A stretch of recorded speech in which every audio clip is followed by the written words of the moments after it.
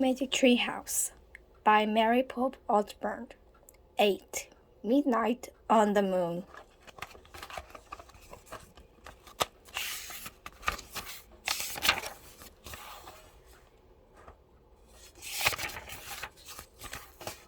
Prologue.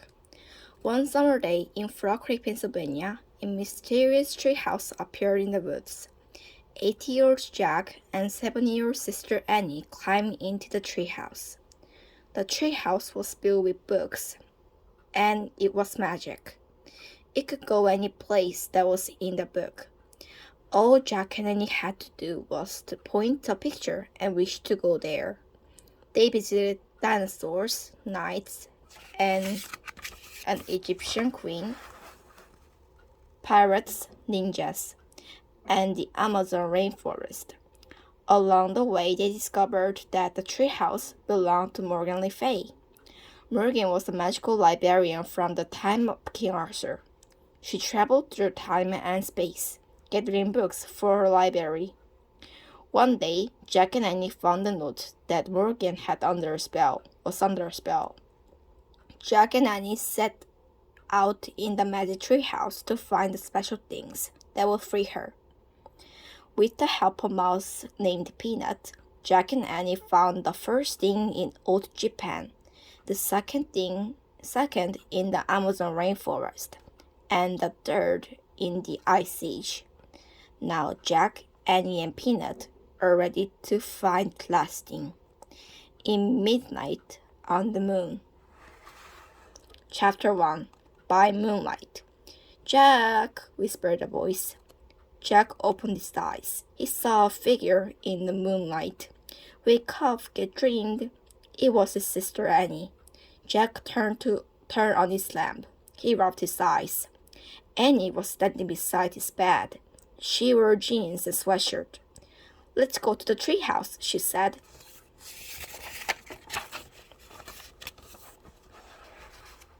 What time is it? Asked Jack. He put on his glasses. Don't look at your clock, said Annie. Jack looked at the clock. Oh man, he said. It's midnight. It's too dark. No, it isn't. The moon makes bright enough to see, said Annie. Wait till morning, said Jack. No, now, said Annie. We have to find the fourth thing. I have a feeling that the full moon might help us. That's nuts, said Jack. I want to sleep. You can sleep when we come back home, said Annie. No time will be passed. Jack sighed. Oh, brother, he said. But he got out of bed. Yay, whispered Annie. Meet you at the back door. She tiptoed out of Jack's room. Jack yawned. He pulled on his jeans and sneakers and a sweatshirt. He put his notebook and pencil in his backpack. Then he crept down the stairs. Annie opened the back door. Quietly, they stepped outside. Wait, said Jack. We need a flashlight. No, we don't. I told you. The moon will light our way, said Annie. And she took off. Jack sighed, and then followed her. Annie was right, thought Jack. The moon was so bright that he could see his shadow. Everything seemed to watch with silver. Soon they left her street. Annie lit the way into the Frog Creek woods. It was much darker under the shadows of the trees. Jack looked up, searching for the treehouse. There, said Annie. The magic treehouse was shining in the moonlight. Annie grabbed the rope ladder and started climbing up. Careful, go slowly, said Jack. He followed her up to the ladder and into the treehouse. Moonlight streamed through the window. It shone on the letter M that shimmered on the wooden floor. The shone on the letter M things was rested on the M. A moonstone from the time of the ninjas, a mango from the Amazon rainforest, and a mammoth bone from the Ice Age. We need just one more M thing, said Annie, to free Morgan for her spell. Squeak! Peanut, said Annie. It was dim light. Jack saw a teeny mouse. She sat on the open book. You didn't expect to see us this late, didn't you? Said Annie. She picked up Peanut, and Jack picked up the open book. So where are we going this time? Annie asked him. Jack held the book up to the moonlight. Uh-oh, he said. I know we should have brought a flashlight. I can't read a thing. He could make out diagrams and shadowy pictures, but he couldn't read a word. Look at the cover, said Annie. The letters were bigger on the cover. Jack squinted at them. It's called Hello Moon, he said.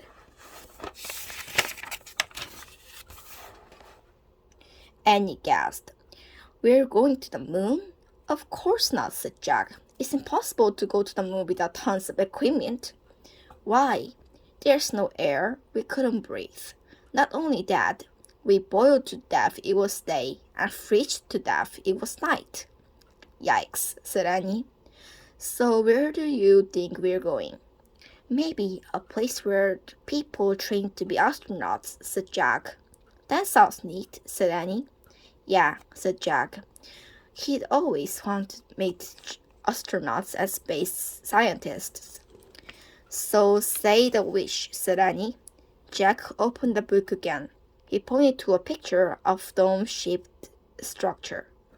I wish we could go there, he said.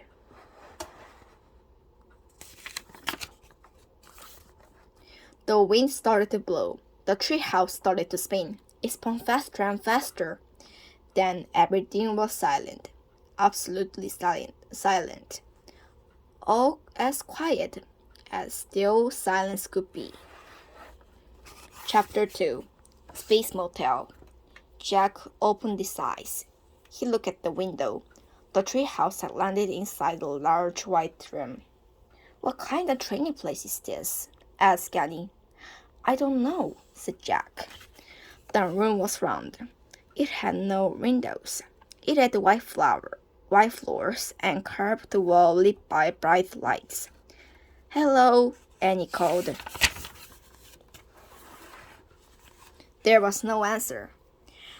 Where were all the astronauts and space scientists? Jack wondered. There's nobody here, said Annie. How do you know? Said Jack.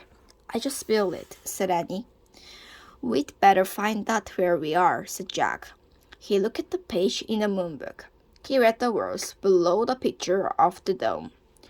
A moon base was built on the moon in year 2031. The open of the dome slides open to size spacecrafts enter and leave. Oh man, Jack whispered. What's wrong? Said Annie. Jack's heart pounded with excitement. He could hardly speak. We've landed inside the moon base, he said.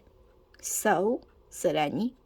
So the moon base is on the moon, said Jack. Annie's sides widened. We're on the moon, Jack said. She said. Jack nodded. The book says the moon base was built in year 2031, he said. So this book was written after that, which means the book is from the future. Oh, wow, said Annie. Morgan must have gone forward into the time to borrow it from a future library. Right, said Jack. And now we're in the future, on the moon. Squeak, squeak. Annie and Jack looked at Peanut. The mouse was running around in circles.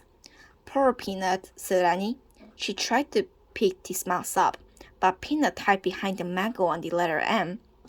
Maybe she's nervous about being in the moon, said Annie. She's not the only one, said Jack. He let out a deep breath. Then he pushed his glasses into place. So what's the moon base? Asked Annie. Jack looked in the book. He read aloud. When scientists visit the moon for short periods, they eat and sleep in the moon base. A space motel, said Annie. I guess, said Jack. He read more. The small base has a landing chamber and room for storing spaceships. Air and temperature controls make breathing possible. So that's why we can breathe, Jack said. Let's explore, said Annie. We have to find the fourth thing from Morgan. No, first we should study this map, said Jack. He pulled out his notebook. You study it, said Annie. Jack copied the map. Then he drew the treehouse.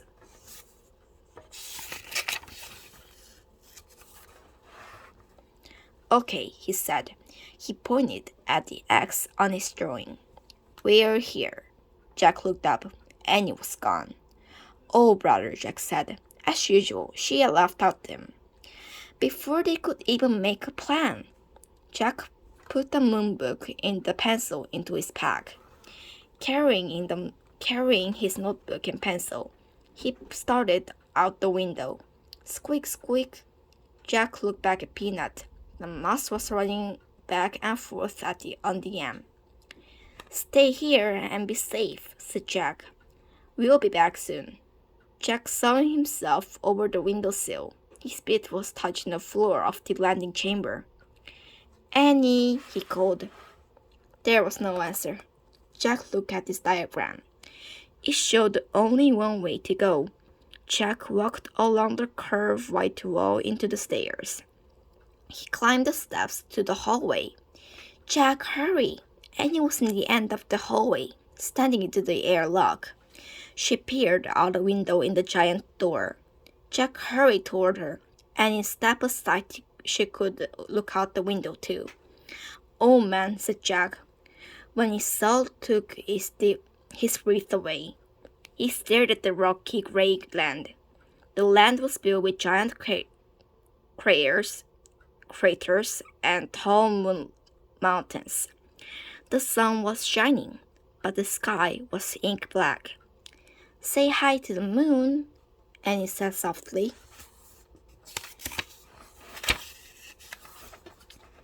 Chapter 3. Open Sesame. The fourth ending must be out there, said Annie. Beside the door was a button with the word open on it. Annie reached for the button. Wait, Jack grabbed her hand. There's no air on the moon, remember? All right, but I have to go out to find the ending. Let's see what the book says, said Jack. He pulled the book out of his pack. He flipped through it until he found the page and showed the surface of the moon. He read aloud. It takes 14 Earth days to screw 1 day in the moon. No air protects the moon from the sun's rays, so daytime heat reaches 260 degrees. Jack looked at Annie. I told you your blood would boil in the wind out there, he said. Yuck, she said. Jack read from the book again. Moon scientists wear spacesuits, which have controls to keep them from getting too hot or too cold. Then they have tanks, which provide air for 2 hours.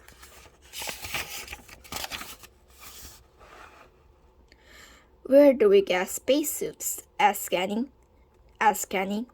She looked around and trotted back down the hall. Maybe there. Jack was studying his map. Let's try the spacesuit storeroom. Don't look at the map, said Annie. Look at the real room. Jack glanced up. Annie was peering out the doorway of the hall. There's a tons of space up in here, said Annie. She said. Jack went to look. Bulky white suits were hung on from hangers. Air tanks, helmets, gloves, and boots sat in neat rows on sleeves. Wow, it's like the armor room in Castle, said Jack. Yeah, with huge armor, said Annie. Let's pick out the smallest stuff, said Jack. The suits can go over our clothes. Annie found the smallest white suit, and Jack found the next smallest. They stepped into them. Then Annie locked Jack's air tank into the place. Thanks, he said, and he did the same for her. Thanks, she said. Gloves, said Jack. He and Annie pulled on white gloves.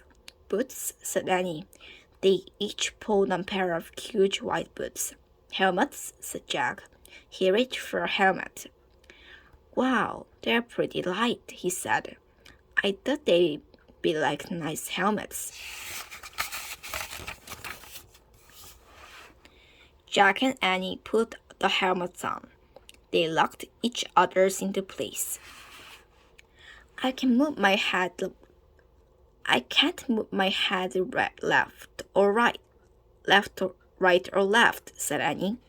Me neither, said Jack. Let's try walking. Jack and Annie moved clumsily around the room. Jack felt like a fat snowman. Close your visor, said Annie. They both closed their see-through visors. Cool air fit Jack's helmet. I can't breathe, Annie yelled. Her voice boomed in Jack's ears. Oh, talk quietly, Jack said. We have two-way radios into our helmets. Sorry, whispered Annie. Jack put the moon book back at Annie's pack, and he slung the pack over the shoulder. Okay, he said. Remember, we only have 2 hours of air in our tanks.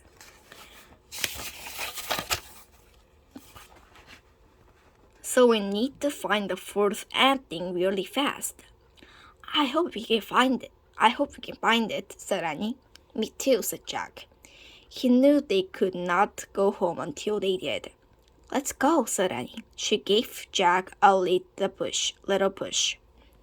Watch it, no goofing off, he said. We don't want to fall over all these suits. Just go, said Annie. She pushed himself on the moon.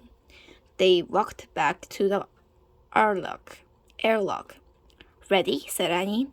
Open sesame. She pressed the open button. A door slowly slid closed behind them. A door opened in front of them, and Jack and Annie stepped out onto the moon. Chapter 4. Moon Rabbits. Oh, wow, said Annie. She took a step forward, but Jack stood frozen. He went to get a good look at everything first. He stared at the ground. He was standing in the layer of gray dust as fine as powder. Footprints were everywhere.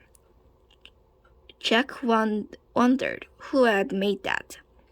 He reached into his pack for the moon book. To his surprise, it was as light as a feather. He found a picture of footprints on the moon. He read, "The moon has no rain or wind, so to blow the dust around. So footprints will never wear away nearby. Not even in the billion years. Oh man, Jack said. The moon was the silentest place he had ever been. It was as still as a picture, and its stillnesses would never ever end. Jack stared at the ink-black sky. A lovely blue and white ball glowed far away. Earth. From the first time it really hit Jack, they were in outer space. Look, Annie cried, laughing. She bounced past Jack, almost flying through the air. She landed on her feet. Then she jumped again. I am a moon rabbit, she called. Jack laughed. How does she do that? He wondered. He turned a page and read. A person weighs less on the moon because of the moon's low gravity and lack of air. If you weigh 16 pounds on the Earth, you could only weigh 10 pounds on the moon. Not just stand there reading, said Annie, glancing up the book from Jack's gloved hand. She tossed into space. It flew far away. Jack started after it. He bounced up and down. Boing, boing, boing. Now he felt as light as butter.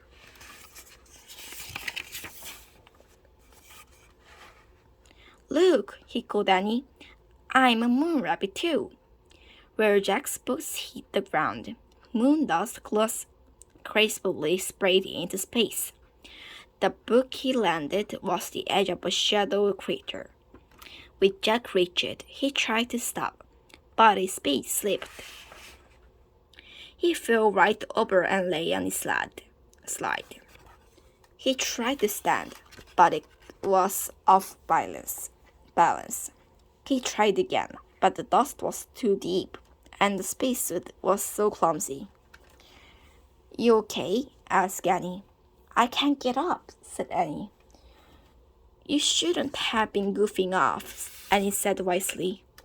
"You goofed off first," said Jack. "Now help me up, please." Annie started towards him. "Don't fail to," warned Jack. "I won't." Annie moved very slowly. She half floated, half walked. "Give me your hand," she said. Annie grabbed Jack's hand. She pressed her boot against he could hold him off. "Thanks," he said. "No problem," she said. "It was easy. You're really light." "My goodness," said Jack. "It's impossible to get up alone." He picked up the moon book. It was covered with dust. He brushed it off. "Oh, wow, look," said Annie. She stood at the edge of her crater. What is it?" said Jack. "A moon boogie," said Annie. The boogie was parked in the crater. He had 4 huge wheels. "Let's go for a ride," said Annie. "We can't," said Jack. "We just have 2 hours of air in our tanks, remember?" "I bet we find the emptying faster if we take the moon boogie." Annie bounced into the crater. "But we can't drive," said Jack. "I bet I can drive this," said Annie. "It looks easy, come on." She jumped into the driver's seat. "But you don't have a license," said Jack.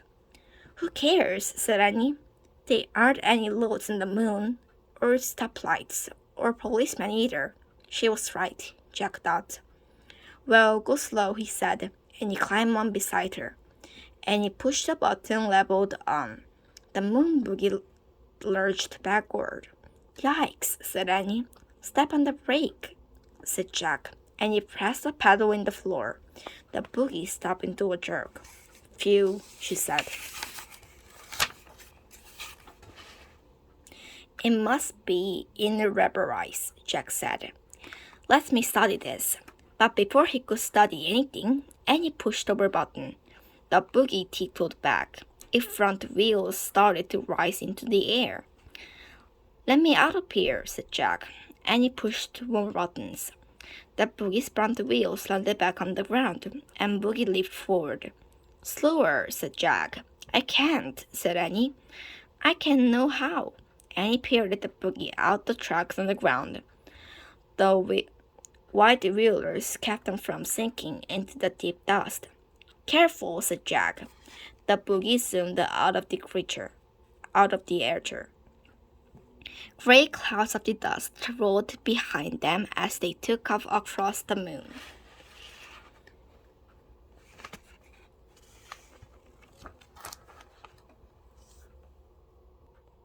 Chapter 5. Hang on. Annie drove the moon boogie over bumps and holes. It bucked like a barnacle. "I'm going through there." She pointed at the opening between 2 mountains. Jack held onto the dashboard. The boogie bucked towards the opening that shot through. On the other side, the ground was even lower. "Let's for the 4-foot emptying," said Annie, bouncing up and down.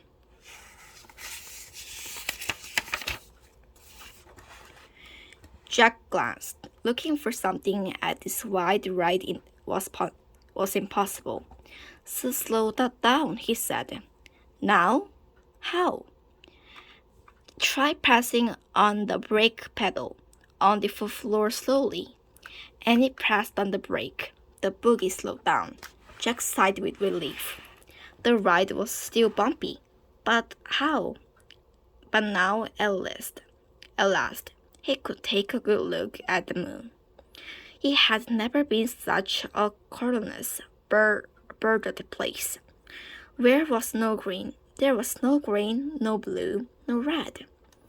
No color, no trees, no clouds. Only giant gray rocks and creatures. And an American flag.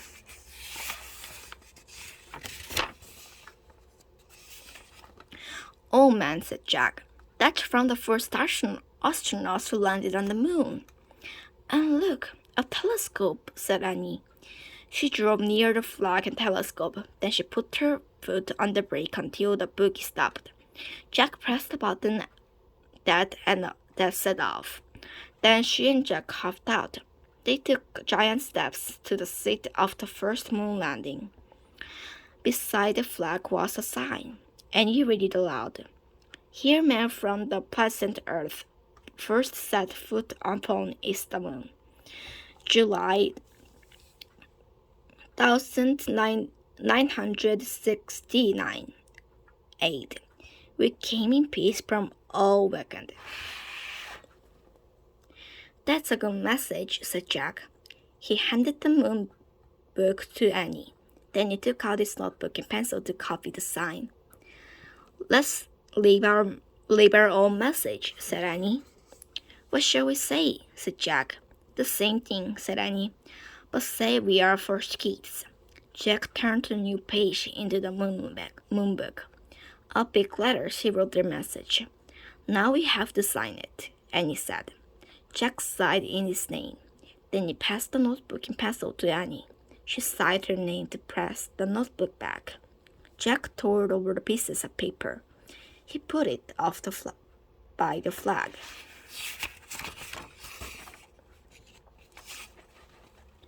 Today, the first kiss from the planet Earth came to the moon. We came in peace for all children.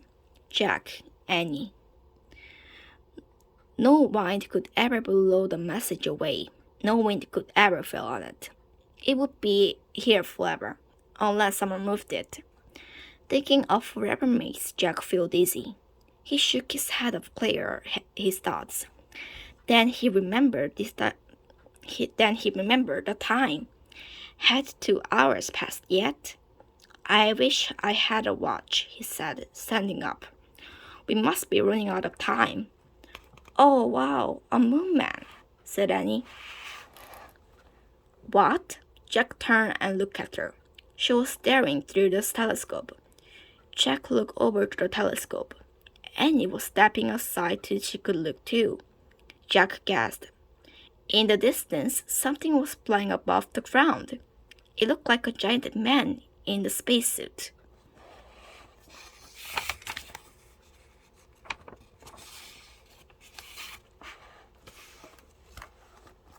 The end.